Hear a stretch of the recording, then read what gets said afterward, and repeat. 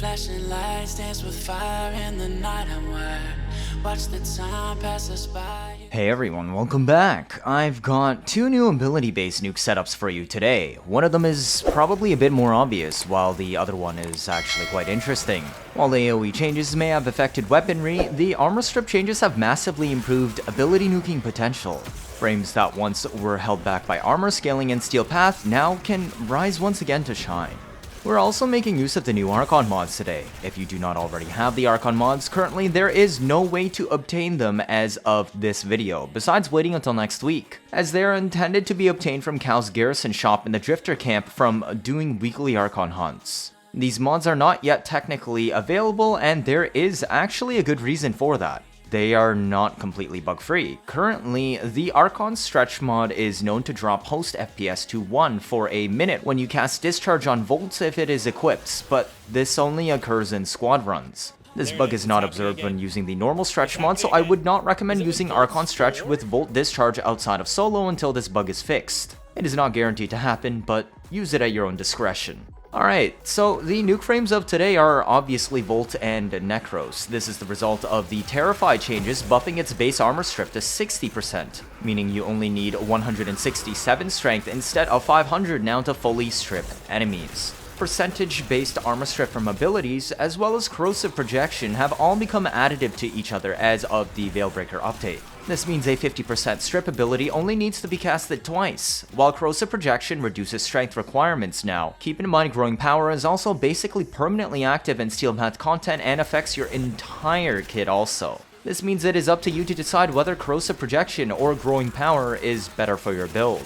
That's enough exposition. Let's get into the meat of today, our Volt and Nekros setups. Volt will be our first one. Discharge is his nuke ability. It is essentially electricity procs prime. It does not apply a bunch of electric, but instead applies a unique duration-based dot with ridiculous chaining potential that scales with range and strength. The range of the original cast itself also scales with range. So while the raw damage scaling of this ability is rather underwhelming in Star Chart, and particularly fully stripped enemies, the chaining damage multiplies the effect and makes it strong enough, including in Steel Path. Volt does not innately have armor strip on his kit, which is why we picked Terrify today. Terrify is a non-line of sight ability that can fully strip through walls, which is perfect to go alongside Discharge's non-line of sight nuke. However, it causes enemies to run away, so you do not want to cast it until you are also ready to cast Discharge. Alternatively, it also works as a survivability tool to de-aggro enemies when you cast Terrify.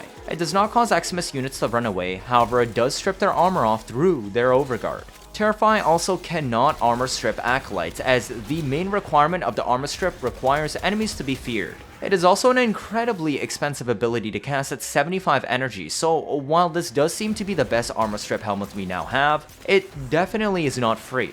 Therefore, subsuming Terrify onto other frames requires a delicate balance of range and efficiency, while not gutting the nuke skill on the kits. Let's see what's on our Volt. This is the best Volt I could come up with for Steel Path Survival. You can also use this for Steel Path Exterminates or Steel Path Fissures. However, for shorter missions, you may want to consider running Preparation instead of Prime Sure-Footed in the Exilis slots. Yeah, I have polarity problems, so nothing is in this slot for the showcase. Regardless of the Exilis choice, this build costs 4 Forma. If you use the normal Stretch instead with Preparation, the build only costs 3 Forma. Archon Stretch grants 2 energy per second for 5 seconds whenever an ability deals electric damage. For perspective, Zenric is 5 energy per second, and Energize is worth 10 energy per second. This isn't a massive buff, but it is essentially free energy on electric frames like Volt and Gyre. Keep in mind the bug I mentioned in the introduction if you're planning on using Archon Stretch before the official release next week.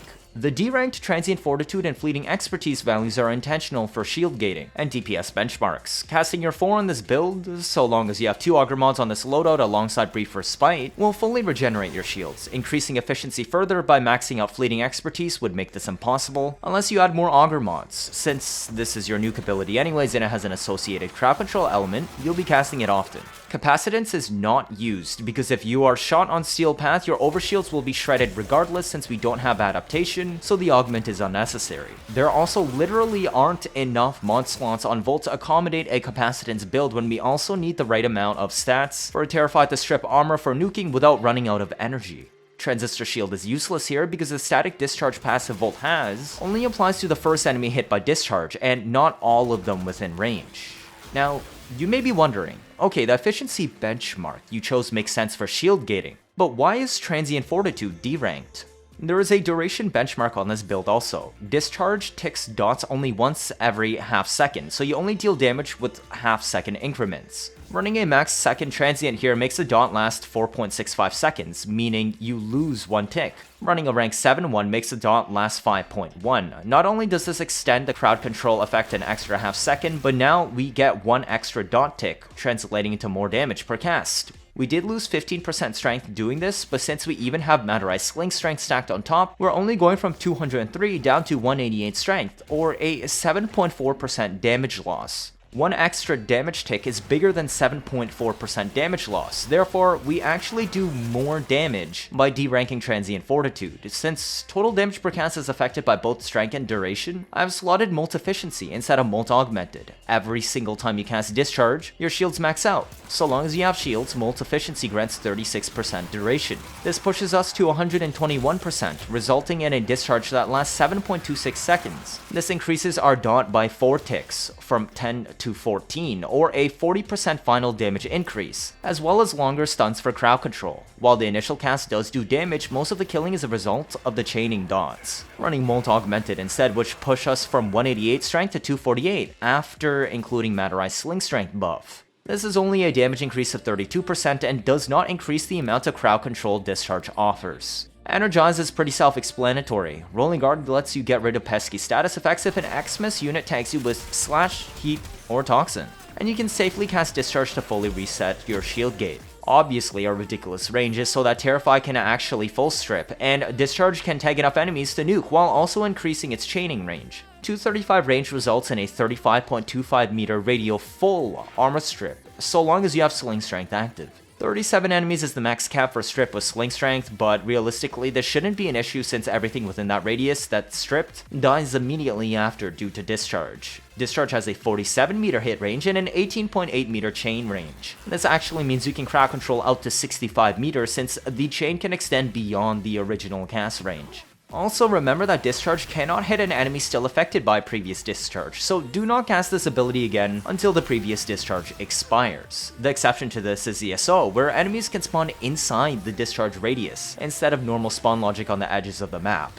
This is the epitaph I'm using, which spreads radiation and viral. Radiation to crowd control, viral to multiply the damage from your discharge, prime fulmination to spread viral more easily, since the range on our discharge is ridiculous. Pistol ammo mutation is still strongly recommended when using this as a priming weapon. Augur Seeker functions both to extend viral procs to 7.8 seconds, and +1 to the Augur mod set for shield gating. Also, bring a Vassalok armor strip to deal with the Acolyte. You can either bring a nuke primary like a Brahma or Zar, or some other single target DPS like Kuva Heck. The pet will be the same on both Volt and Nekros today, so I'll only show it once. It's the same Panzer build as always, with viral quills to help spread viral where our epitaph can't reach. While our Volt doesn't have equilibrium, Nekros will, so for him the viral quills will also help proc health orbs with Synth Deconstruct and being able to pick them up even at full HP with Synth Fiber. We also have the usual survivability support with Martyr to save our ass and Panzer Devolution for infinite cat lives. Radar and Vacuum are self-explanatory. I don't think we really need to explain much about the Nuke Rotation. You spam your epitaph everywhere at enemies, make sure Matter Sling Strength is active, both for the 40% strength so we can actually full strip and to activate Power Transfer. Since we don't have natural talent on the build, run towards red dots on the map. Press Terrify, press Discharge, enjoy. You can carry your shield if you want, as it will help with frontal survivability when you run to the new red dots, aka mobs, in the area. There is also no longer an energy drain for holding the shield as of the Veilbreaker update. Matter also means Void Strike to revive yourself. Otherwise, your Terrify probably also armor stripped enemies and will be a joke for your operator to kill if you down. That's about it. Have fun. Let's look at the Nekros setup next. This one's a little bit more interesting. Our nuke ability today is Thermal Sunder. However, we don't have the battery mechanic like Gauss does, so our armor strip has to come from Terrify. This makes the Nuke Rotation incredibly expensive to run since we need to strip a Terrify and then spam cast Thermal Sunder several times. While Gauss is able to run Thermal Sunder nukes with Terrify and doesn't have energy problems either, Gauss is unable to boost the drop rate of loot and therefore Nekros is actually better suited to this. And Thermal Sunder nuke is also massively stronger than usual in this Nekros setup, so pay attention closely. I actually recommend slotting an Azure Archon Shard with energy max onto Nekros, as Nekros is a very energy spiky frame. His economy swings wildly up and down on a caster build due to expensive casts, however we also regenerate energy very quickly. Unlucky moments can catch you with no energy, and this is what the higher energy max is meant to avoid. We will not be running flow on the build since it is literally impossible. The build is even tighter on benchmarks than Volt. This is a Heat Inherit Thermal Sunder Nuke Nekros. Why am I making this build now? Because of the new Archon Mod Archon Vitality, as well as the Terrify changes. Now, this mod applies one extra heat proc for each one produced by an ability. This essentially doubles all heat dot ability builds, which include popular choices like Thermal Sunder, Proteus Turrets, and Ember. Since Thermal Sunder doubles damage on every heat cast, this effectively reduces the amount of casts required to kill by 1. For a spammy ability, it is significantly beneficial to reduce the amount of DPS cast since it saves both energy and improves kills per minute. As this Archon mod effect only applies when the ability inflicts a heat proc, we will only be using the heat version of Thermal Sunder today. This is also a negative duration build. Now, you might normally think this is bad since it means the dot doesn't last as long on enemies as well as the ring disappearing sooner. But actually, the dot duration can be modified in other ways. Heat actually uses the modded duration of the first heat proc applied to the enemy to determine how long it lasts, regardless of the source of future procs that refresh the duration of all heat stacks. This means even though we only have 50% duration for heat procs that last 3 seconds, if I inflict heat with a weapon first, all heat procs inflicted by Thermal Sunder will use the status duration of the weapon instead. Therefore, negative duration on Thermal Sunder nuke builds isn't an issue on Steel Path. This is also where I bring in a concept you may be familiar with called Heat Inherits. All heat procs applied to the enemy scale their heat damage off base damage percent and elemental heat percent. Ability damage is always treated as having only 100% base damage and only 100% elemental heat. Heat procs scale using the elemental heat percent of the very first heat proc, and the base damage percent of the current heat proc applied. This means you can massively buff the damage all your heat procs will deal, irrespective of what you are using, by inflicting the first heat proc with a weapon modded for heat. This is a Heat Inherit Epitaph Primer. Notice how it is modded for Viral and Heat. Viral to multiply damage obviously, but also I have a bonus 225% heat. If I shoot an enemy with this first and then apply Heat Thermal Sunder, the heat proc the ability inflicts will scale off of 100% plus 225% heat,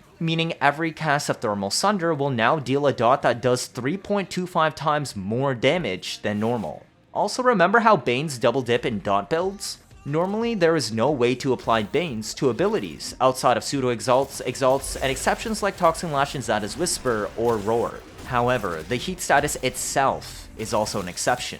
Double dip mechanics on heat work differently. One of the dips comes from whatever equipment was used to inflict the first heat proc, and the second dip comes from whatever equipment is currently being used to inflict new heat procs. This means if you use a weapon with a Bane to inflict the first heat proc, then all procs inflicted by Thermal Sunder afterwards will benefit from this Bane as well. Therefore, we have modded Primed Expel Grenier on this epitaph. This now means every heat proc inflicted by Thermal Sunder, provided I shot the enemy with my epitaph first, will deal 3.25 because of the heat mods, times 1.55 because of the Prime Bane, for 5.04 times more damage than normal. And then this will get boosted by Viral. And then the amount of procs are also doubled by Archon Vitality. Basically, you will easily do well over 20 times more damage per cast of Thermal Sunder than normal with this strategy. I would still recommend bringing a proper primary and a Vassalok with the same build as earlier to armor strip Acolytes, as Acolytes are capped to 4 heat procs and cannot take viral procs at all, meaning Thermal Sunder is not a good method for killing them.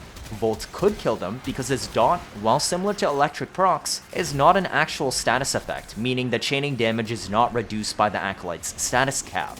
Okay, let's go back to that Nekros build. This is the build I settled on. You actually cannot fully shield gate on a single cast. As the build is so spammy, it would ruin Nekros' energy economy. We instead built efficiency and did not bring flow, since having your cast cost, but also having your energy max, has the same effect. However, Nekros regens most of his energy from orbs, which are unaffected by the efficiency stat and therefore improves the value of health and energy orbs. This is also why I recommended slotting an Azure Archon Shard for energy, since he only has 188 cap otherwise. The spoil shifts drain to health instead. This is important because energy economy already swings wildly due to thermal Sunder spam, spawn densities, and reliance on RNG desecrate to give us orbs instead of ammo drops. Therefore, we no longer have to worry about the 5 energy cost per corpse. Healing is a joke due to equilibrium since there is no other source of health drain, unlike thermal Sunder and Terrify also hogging energy usage. You can cast Nekros as 4 if you want, however I don't find it useful on this build since you spent about 80% of the time de-aggroing enemies with Terrify and soft crowd controlling them with heat procs. It also has a long cast animation and really just doesn't bring anything worthwhile to the table to justify maintaining your shadows and the energy cost.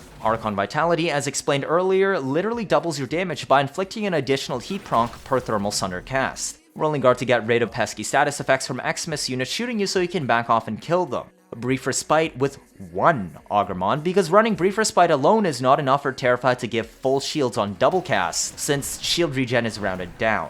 This build maxes shields by either double casting Terrify, or Terrify plus Thermal Sunder. Equilibrium is self-explanatory and also synergizes with a Panzer as explained earlier. If you aren't familiar with that synergy, click the pat timestamp in the description or pinned comment. Prime Sure-Footed is also pretty self-explanatory. This build runs Energize for when you get screwed by RNG. If you bottom out, there is no way to restore energy except with pads, as Despoil still only produces single orbs at a time. An Energize proc will let you instantly get enough energy to refill most of your bar, enabling you to nuke again. Multi-augmented here is super important because without it, Terrify will require 2 ability casts to full strip enemies, which burns an extra 37.5 energy per DPS rotation. Once you build this up and combine it with Matteri Sling Strength 40% strength buff, you will be above the 167 strength benchmark, required to fully strip enemies with a single Terrify cast. It will also activate power transfer for faster thermal Sunder casts. This lets us tank strength on the build itself, allowing us to pile on range and actually have decent efficiency. To use this build, all you have to do is activate Despoil, then run to red dots on the map while shooting your Viral Heat Epitaph in their general direction.